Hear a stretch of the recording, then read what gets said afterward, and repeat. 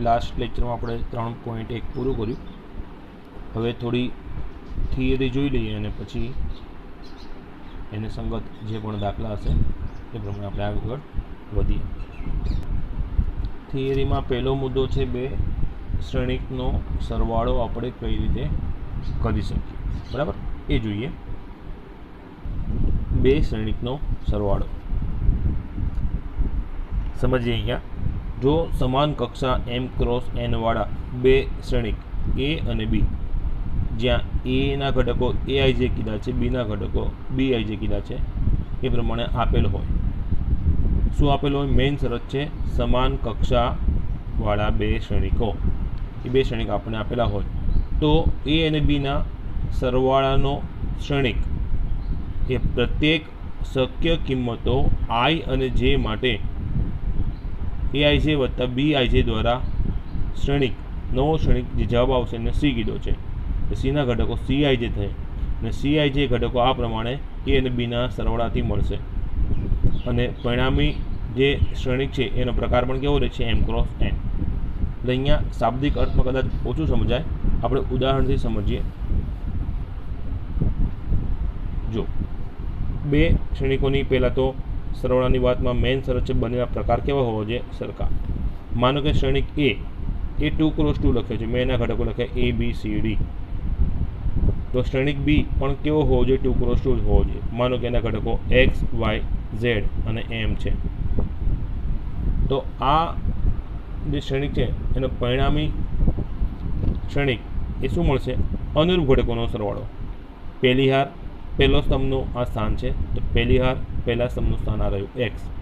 a અને x એ બેનો સરવાળો થઈ જશે અને અહીંયા આવશે a પ્લસ x.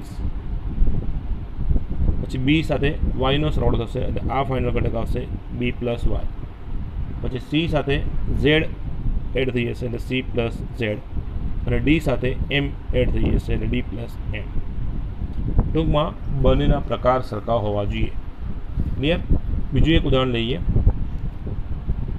માનો કે a અને b, આપણે બે શ્રેણિકોનો સરવાળો કરવો છે, a અને b. 2 3 5 -1 0 અને 2. આ શ્રેણિક મેં a લખ્યો, b લખું છું -1 8 12 0 3 2. તો જો અહીંયા 2 હાર 3 સ્તંભ, તો અહીંયા પણ 2 હાર અને 3 સ્તંભ. ટૂંકમાં બંને શ્રેણિકનો પ્રકાર કેવો હોવો જોઈએ? સરખો. પ્રકાર સરખા થઈ જાય તો અનુરૂપ ઘટક સાથે અનુરૂપ ઘટક એડ થઈ જશે. 2 સાથે -1 એટલે ફાઇનલ આન્સર 1, 3 સાથે 8 એટલે 11, 5 સાથે 12 એટલે 17. પછી -1 સાથે 0 એટલે -1, પછી 0 સાથે 3 એટલે 3 અને 2 સાથે 2 એટલે 4. એટલે ફાઇનલ સરવાળો આ પ્રકારે થાય. ક્લિયર? એટલે શ્રેણિકોનો સરવાળો બહુ સરળ છે. મેઇન વસ્તુ કે બંનેના પ્રકાર સરખા હોવા જોઈએ તો અનુરૂપ ઘટક સાથે અનુરૂપ ઘટક એમાં એડ થઈ જશે. ક્લિયર? પછીનો મુદ્દો જોઈએ. શ્રેણિકનો અદિશ વડે ગુણાકાર. એટલે એક શ્રેણિક a છે જેના ઘટકો aij, પ્રકાર m ક્રોસ n. આ પ્રમાણે એક શ્રેણિક હોય અને k અદિશ છે. અદિશ એટલે કોઈ પણ એક વાસ્તવિક સંખ્યા. અહીંયા k શું બતાવશે? આપણને કોઈ પણ એક વાસ્તવિક સંખ્યા બતાવે છે.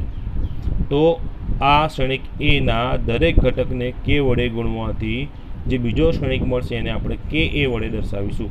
એટલે આ રીતે અદિશ વડે શ્રેણિકનો ગુણાકાર થયો. ઉદાહરણથી સમજીએ.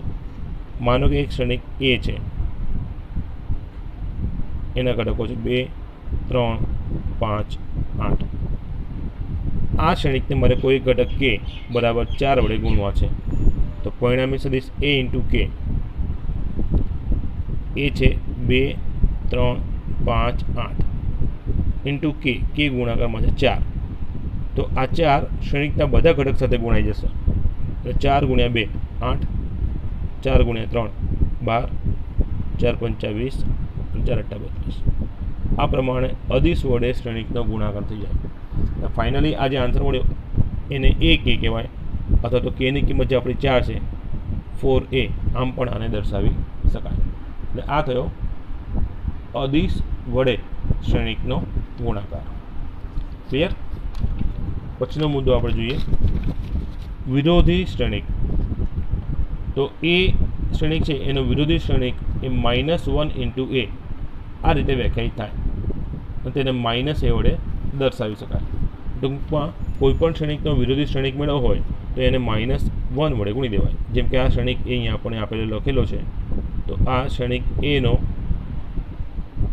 વિરોધી શ્રેણિક એવું આપણને કહેવામાં આવે તો એ શું થઈ જાય -1 ઇન્ટુ એ. એટલે -1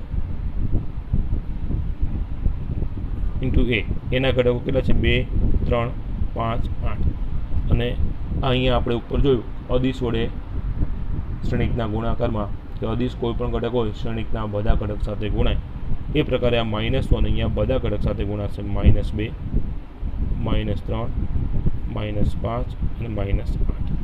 ક્લિયર? ચાલો પછીનો મુદ્દો જોઈએ આપણે બે શ્રેણિકનો તફાવત. એટલે આપણે જે પ્રમાણે સરવાળો કર્યો બરાબર એ જ પ્રમાણે તફાવત થાય. તફાવત એટલે કે બાદબાકી. એટલે એક શ્રેણિક એ છે જેના ઘટકો એ આઈ છે, બીજો શ્રેણિક છે બી આઈ છે.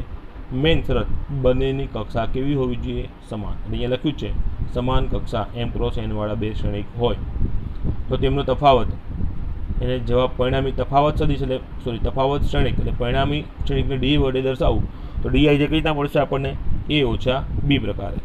ક્લિયર? અને આ તફાવતને આપણે a માઇનસ બી આ રીતે સંકેતમાં લખી શકીએ. સમજાઈ જશે ને? જે પ્રમાણે અહીંયા આપણે અનુરૂપ ઘટકોનો સરવાળો કર્યો તો માનો કે અહીંયા બાદબાકી છે તો અનુરૂપ ઘટકોને શું થઈ જાય બાદબાકી. ધ્યાન આપજો, અહીંથી હું અહીંયા ડાયરેક્ટ નીચે લખું છું. ચાલો એ અને બીની બાદબાકી કરીએ છીએ બરાબર. આ શ્રેણિક એ 2, 3, 5 પછી -1, 0, 2 આ બાદબાકી કરી રહ્યા છે બરાબર. એટલે આ માઇનસ નિશાની છે. માઇનસ નિશાની એકચ્યુઅલમાં શું લખાય પ્લસ ઇન્ટુ -1 લખી શકાય. બાકીના ઘટકો -1, 8, 12, 0, 3 અને 2. તમે ડાયરેક્ટ પણ બાદબાકી કરી શકો છો અથવા આ એક સ્ટેપ વધારે કરીને પણ કરી શકાય. તો અહીંયા હું પ્લસ કરીશ એટલે -1 અંદર ગુણી નાખું. -1 વડે અંદર ગુણાકાર કરીએ અને બધા ઘટકોની નિશાની બદલાઈ જશે. થઈ ગયું? અને હવે અહીંયા ફાઇનલ આન્સર. હવે અહીંયા આપણે સરવાળો કરી દઈશું. એટલે એકચ્યુઅલમાં બાદબાકી થયેલી છે કેમ કે જે મૂળ ઘટકો હતા બધાની નિશાની મેં અહીંયા બદલી નાખી છે આ -1 વડે અંદર ગુણાકાર કરીને. 2 અને 1 આ 3 અને -8 -5 5 અને -12 -7 -1 અને 0 -1 0 અને -3 -3 2 અને -2 0. આ પ્રમાણે બે શ્રેણિકોની બાદબાકી કરી શકાય. સમજાયું? હવે આગળ વધીએ. શ્રેણિકોના સરવાળાના ગુણધર્મ. એમાં પહેલો ગુણધર્મ છે ક્રમનો ગુણધર્મ. સમાન કક્ષા m ક્રોસ n વાળા બે શ્રેણિકો a અને b માટે બે શ્રેણિકનો સરવાળો a વત્તા b કરું કે b વત્તા a બંને જવાબ કેવો થાય સરખા જ થવાના છે. એ તો ઉદાહરણ આપણે જોયું છે પ્રમાણે તમને અંદાજો આવી જાય કે a વત્તા b એડ કરું કે b વત્તા a અનુરૂપ ઘટક સાથે અનુરૂપ ઘટકો જ ઉમેરવાના છે એટલે પરિણામ કેવું મળે સમાન જ મળે. પછી બીજું પરિણામ છે જૂથનો નિયમ. ત્રણ શ્રેણિક ABC છે. મેઇન શરત 3 3 કેવા હોવા જોઈએ સમાન કક્ષાવાળા. તો ત્રણ શ્રેણિકનો સરવાળો જો મારે કરવો હોય તો હું પહેલાં a અને bનો સરવાળો કરું, પરિણામી જે શ્રેણિક મળે એમાં cના ઘટક ઉમેરું, અથવા તો પહેલાં b અને cનો સરવાળો કરું અને પરિણામી જે શ્રેણિક મળે એમાં એના ઘટકો ઉમેરું તો પણ મને જવાબ કેવો મળશે સરખો જ મળશે. આ થયો જૂથનો નિયમ. ક્લિયર? પછી છે સરવાળા માટે તટસ્થ શ્રેણિકનું અસ્તિત્વ. તો અગાઉ આપણે થિયરી ભણી એમાં એક પ્રકારનો શ્રેણિક આવે તો શૂન્ય શ્રેણિક. શૂન્ય શ્રેણિક એટલે જેના બધા ઘટકો કેવા હોય 0 હોય એનો અહીંયા ઉપયોગ થવાનો છે. જો O 0 નથી O છે, જો O એ m ક્રોસ n શૂન્ય શ્રેણિક હોય અને એ કોઈ પણ m ક્રોસ n શ્રેણિક હોય. મેન ખાસ ધ્યાન આપજો, અહીંયા એ એક શ્રેણિક છે અને O એ શૂન્ય શ્રેણિક છે. એ કોઈ પણ પ્રકારનો હોય, માનો કે એ એનો પ્રકાર m ક્રોસ n છે તો એ સાથે આ ઓનો સરવાળો કરવો છે તો O પણ કેવો હોવો જોઈએ m ક્રોસ nનો. કારણ કે મેન બેઝિક શરત શું છે બે શ્રેણિકનો સરવાળો ત્યારે જ શક્ય બને કે જ્યારે બંને સમાન પ્રકારના હોય, બરાબર ને.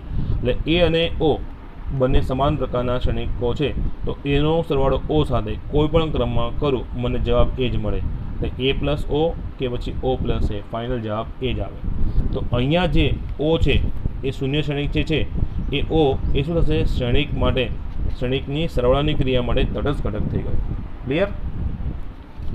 હવે વિરોધી ક્ષણિકનું અસ્તિત્વ, જે આપણે અહીંયા વિરોધી ક્ષણિક જોઈ દીધો છે કે કોઈ પણ ક્ષણિક એ, માનો કે એનો પ્રકાર m ક્રોસ n છે, બરાબર, અને એના માટે કોઈ પણ આ એ કોઈ પણ એક ક્ષણિક છે અને બીજો કોઈ ક્ષણિક જે માઇનસ એ કહીએ, માઇનસ એ શું થઈ જશે, અહીંયા બધા ઘટકો જે પણ હશે એ માઇનસ વડે ગુણાઈ જશે. પ્રકાર તો એનો જ રહે, ખાલી બધા જ ઘટકોની નિશાની બદલાય, બરાબર. તો ક્ષણિક એ માટે માઇનસ એ ક્ષણિક એવો મળે કે જેથી એનો સરવાળો માઇનસ એ સાથે કોઈ પણ ક્રમમાં કરું, એ વત્તા માઇનસ એ કે પછી માઇનસ એ વત્તા એ કરું, પરિણામ ઓ આવે. આ ઓ છે, ઓ એટલે શૂન્ય ક્ષણિક, બરાબર. તો આ માઇનસ એને એનો વિરોધી ક્ષણિક કહેવાય. ક્લિયર. ત્યારબાદ ક્ષણિકના અદિશ વડે ગુણાકારના ગુણધર્મો છે. ક્ષણિકના અદિશ વડે ગુણાકારના ગુણધર્મો, માનો કે અહીંયા એક એ ક્ષણિક છે m ક્રોસ n, બીજો ક્ષણિક બી છે એનો પણ પ્રકાર m ક્રોસ n છે, બંનેનો પ્રકાર અહીંયા સરખો છે. પછી કે અને એલની વાત છે. કે અને એલ શું છે, અદિશ છે. અદિશનો અર્થ થાય કે અને એલ એ કોઈ પણ એક વાસ્તવિક સંખ્યા છે. તો પહેલો ગુણધર્મ શું કહે છે, એ વત્તા બી ઇન્ટુ કે, અથવા કે ઇન્ટુ એ અને કે ઇન્ટુ બી બંને પરિણામ કેવા થાય, સમાન. એટલે બે ક્ષણિકનો સરવાળો કરું પછી અદિશ વડે ગુણું, કે પહેલાંથી બંનેને અદિશ વડે ગુણી નાખ્યો હોય અને પછી સરવાળો કરું, જવાબ કેવા થાય, બંને સમાન. આ વસ્તુ આપણે ઉદાહરણ દ્વારા સમજીએ.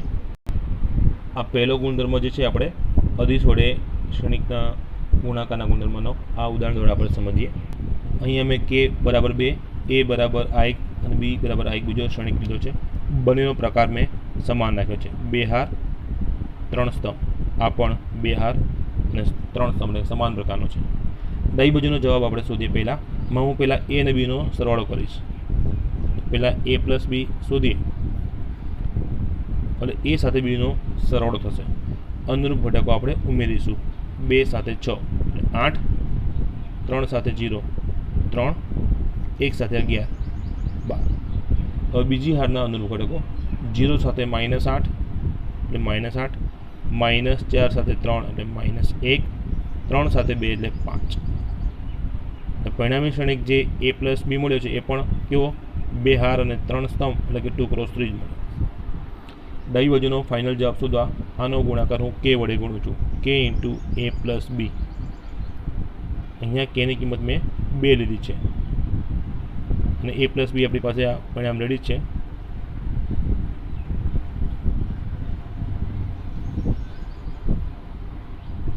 આ ગુણાકાર કરીએ, 2 અંદર ગુણાય, 2 ગુણ્યા 8 16, -16, 2 તરી 6, 2 કા 2 -2, આ 24 અને આ 10.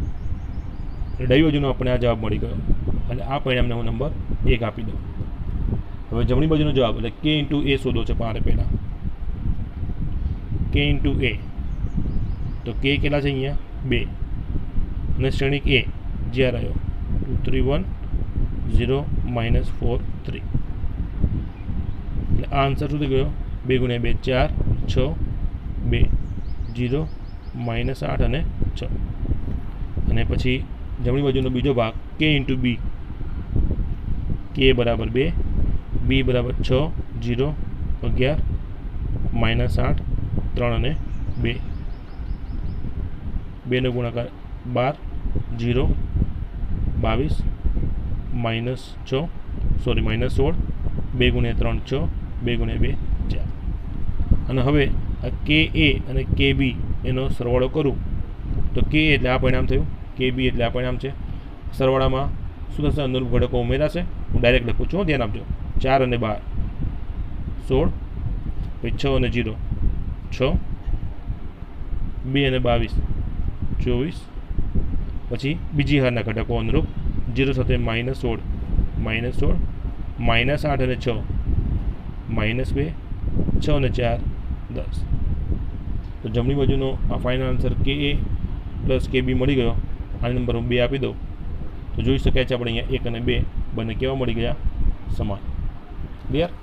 એટલે કે બે ક્ષણિકનો પહેલાં સરવાળો કરી પછી અદિશ વડે ગુણું કે પહેલાં અદિશ વડે અલગ અલગ ગુણાકાર કર્યા પછી મળેલા જવાબનો સરવાળો કરું, બંને પરિણામ કેવા મળે છે? સમાન મળે છે, જે આપણે અહીંયા પરિણામ 1 અને 2 માં જોઈ શકીએ છીએ. ક્લિયર? અને એ જ પ્રકારે બીજો ગુણધર્મો પણ જોઈ શકાય. અહીંયા બતાવે છે કે વત્તા એલ એ બરાબર કે પ્લસ એલ એ, એટલે કે બે અદિશ વડે બે અદિશ જે છે એનો હું સરવાળો કરી નાખું પછી એ વડે ગુણું કે પહેલાં અલગ અલગ અદિશ વડે ગુણાકાર કરી મળેલા ક્ષણિકનો સરવાળો કરું, બંને જવાબ કેવા આવે? સમાન.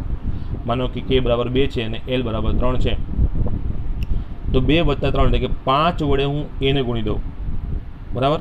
અને જે આન્સર આવશે એ આન્સર પહેલાં કે બરાબર 2 વડે ક્ષણિકને અલગ ગુણી નાખું એટલે 2a અને 3 વડે ગુણું 3a, તો 2a પ્લસ 3a એનો સરવાળો પણ અહીંયા જે 5a જેટલો હતો એના જેટલો જ થાય.